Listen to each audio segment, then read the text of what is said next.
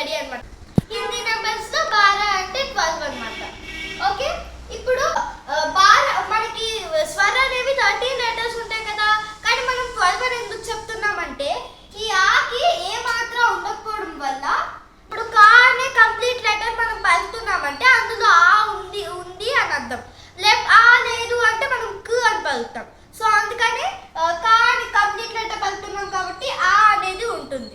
ఇప్పుడు మనం ఈ ఆని తీసేసి మిగతా మాత్రాలు ఏమేమి ఉన్నాయో ఎన్ని ఉన్నాయో చూద్దాం. 1 2 3 4 5 6 7 8 9 10 11 12. చూసారు, మనకు 12 మాత్రాలే వచ్చాయి. ఇవే మాత్రాలే మనం ఒక వ్యంజన లెటర్ కి జోడిస్తే దాన్నే బారకడి అంటున్నాం. ఇప్పుడు దీనికి కొన్ని ఎగ్జాంపుల్స్ చూద్దాం. బారకడి వ్యంజన లెటర్స్ అన్నిటికీ మనం స్వర మాత్రాలే కలిపితే దాన్నే మనం బారకడి అని చెప్తాం. ఓకేనా, ఇక్కడ నేను 3 లెటర్స్ ని ఎగ్జాంపుల్ గా తీసుకున్నాను. చ లాగా. ఇప్పుడు వీటిని ఎట్లా స్పెల్ చేయాలో చూద్దాం.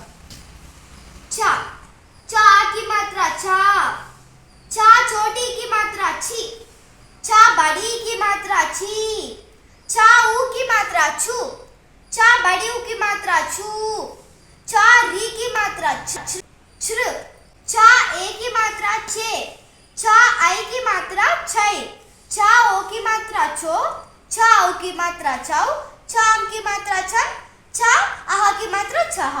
సో ఇదే విధంగా మిగతా వ్యంజన కూడా ఉంటాయి. ఓకేనా, అట్లాగే ఈ రెండింటిని కూడా సేమ్ అట్లానే రాశాను. వ్యంజన లెటర్స్ కి మీరు కూడా స్వర మాత్రాయే పెట్టి ప్రాక్టీస్ చేయండి. ఇవాటి క్వశ్చన్ వచ్చేసి రా బారకడిలోని స్వర లెటర్స్ లో ఉన్న ఒక లెటర్ యొక్క మాత్ర మిస్సింగ్. ఆ మాత్ర ఏంటో మీకు తెలిస్తే కింద కామెంట్ సెక్షన్ లో కామెంట్ చేయండి. నేను నెక్స్ట్ వీడియోలో దీని ఆన్సర్ చెప్తాను.